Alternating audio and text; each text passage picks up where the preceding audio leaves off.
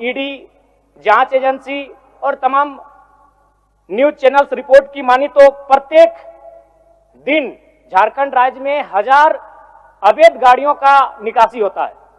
यदि एक कोयले की गाड़ी में 50 टन कोयला मान ले और 1 टन का मूल्य अगर 5000 रुपए मान ले तो 25 करोड़ रुपए एक दिन का होता है। अगर 365 से गुना करते हैं तो 9125 करोड़ रुपए होता है अध्यक्ष महोदय, यानी लगभग 9000 करोड़ रुपए, जो कि आपके अनुपूरक बजट से ज्यादा होता है। यानी कोयलांचल से इतनी अवैध मात्रा में कोयला का कारोबार हो रहा है, अगर उस पर सरकार नियंत्रण कर ले तो आपका एक अनुपूरक बजट के बराबर वो राशि होती है, वो राजस्व आपको फायदा होगा। अध्यक्ष महोदय, अगर बालू की बात करें तो वो तो सरेआम है, सब अपने आंखों से देखते हैं। 1-2 अधिकारी ईमानदार होंगे तो भाई उनको जोहार होगा। बाकी अगर कोई भी बालू ट्रैक्टर, विशेषकर ट्रैक्टर से बालू की ढुलाई होती है तो हमें लगता है एक बालू गाड़ी 3-4 थाना क्षेत्रों से पार होता है, और कोई थाना प्रभारी ऐसा नहीं है जिसका मंथली पर महीने का इनकम 3 लाख से 5 लाख रुपए केवल अवैध बालू से हो रहा है। अतः सरकार को मैं मानता हूं कि सरकार का खजाना खाली है, तो खाली है तो इस प्रकार अगर लूट की छूट होगी, जो सरकार के खजाना में आना चाहिए था वो थाना प्रभारी के जेब में जाएगा, पदाधिकारियों की जेब में जाएगा। तो इसी प्रकार हम लोग छात्रों से कलेक्शन करेंगे अध्यक्ष महोदय। अब इसको भी झूठ मत कहिएगा, अखबार में दिया था कि जैक ने 35% 10th और इंटर का शुल्क बढ़ाया। मैट्रिक का शुल्क था 980, शुल्क कर दिया गया 1180। इंटर का शुल्क था 1100, शुल्क कर दिया गया 1400। मैं तो सबसे पहले कहूंगा कि जो शुल्क पुराना था अविलंब शुल्क बढ़ोतरी पर रोक लगाया जाए।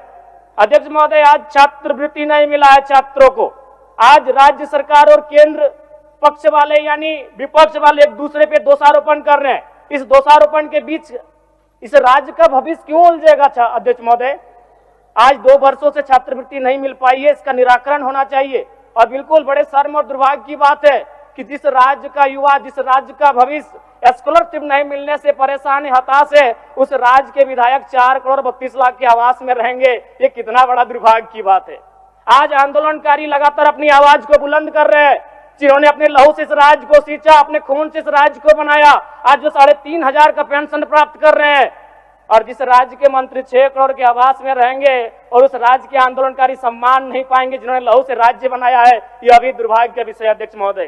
अध्यक्ष महोदय, चाहे मान्य सदस्य सबको एक्स्ट्रा टाइम मिला है, संक्षिप्त करिए आप। चलिए ठीक है। अध्यक्ष महोदय, बड़े सौभाग्य से हम 2 मंत्रियों के बीच में आते हैं।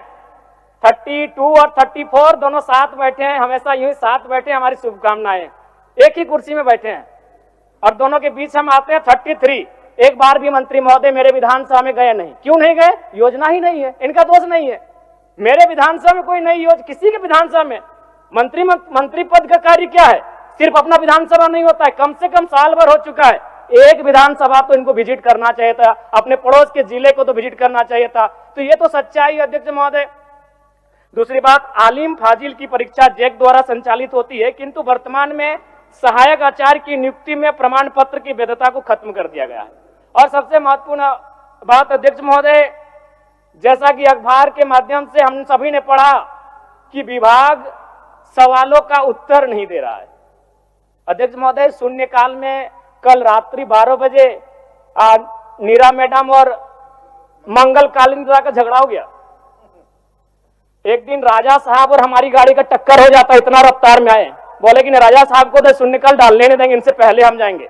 अध्यक्ष महोदय, ये कोई मजाक नहीं कह रहे। 12 बजे रात को आते हैं शून्यकाल डालने के लिए और अफसर ने मजाक बना के रख दिया है, जवाब नहीं देंगे। ये सवाल जनता का है, जिस जनता के टैक्स से पैसे से ये सूट पहनते हैं, जिस जनता के टैक्स से पहनते से ये वोट पहनते हैं, कोट पहनते हैं, उस जनता का सवाल है। और जनता का सवाल का उत्तर नहीं देते अफसर। जो ईमानदार हैं उनको यहां से जोहार है, लेकिन जिन्होंने जब अपनी जिम्मेदारी का निर्वहन नहीं किया है उन पर कार्रवाई करिए अध्यक्ष।